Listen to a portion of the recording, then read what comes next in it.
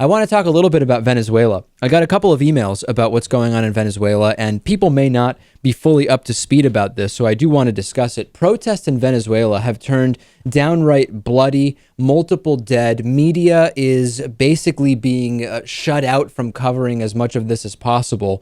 And the Venezuelan authorities are seeking to arrest an opposition leader who has been organizing street protests that led to 3 deaths in the worst unrest since President Nicolas Maduro won the disputed election last year.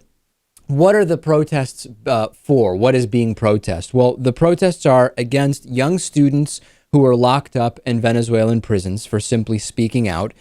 Protests are about the shortage of food and supplies in the country.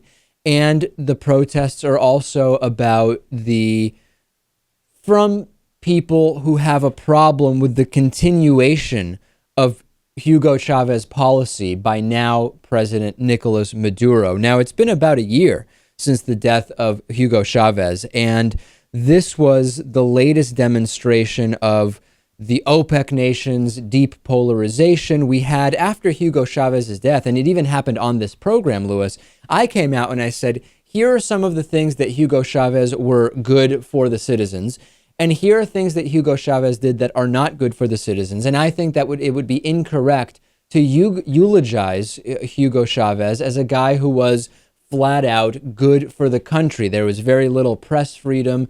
Judicial independence is very, very low in the country. We talked about a long list of things.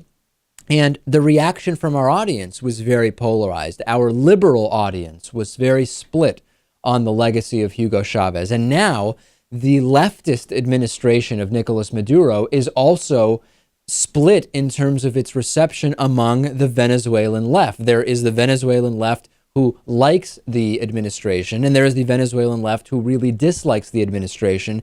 And being from South America myself, it's sometimes difficult for people who are used to the American left-right dichotomy, which is an animal all its own, which we talk about daily. Sometimes it's difficult to imagine, wait a second, if you have these South American leftist regimes, administrations, why are there so many liberals who have a problem with what's going on? And this is actually a very common thing within South America. Right. We talked a little while ago about some stunts, basically just for PR and favor that Maduro did. I think it was on the Bonus Show. And if he was half the guy, a lot of his supporters think he is, he wouldn't have to do things like that.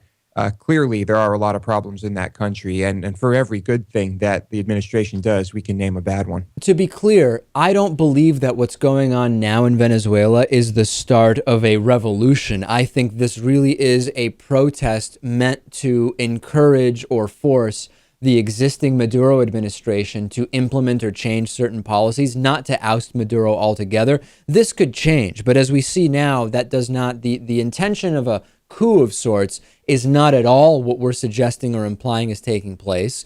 Nor would there be apparently the power to even make that a reality. As we know, the Venezuelan military and police are very well funded. One riot shield costs about $200, give or take. We see pictures with 15, 20, 30 officials in riot shields, of course, with weapons and so much more.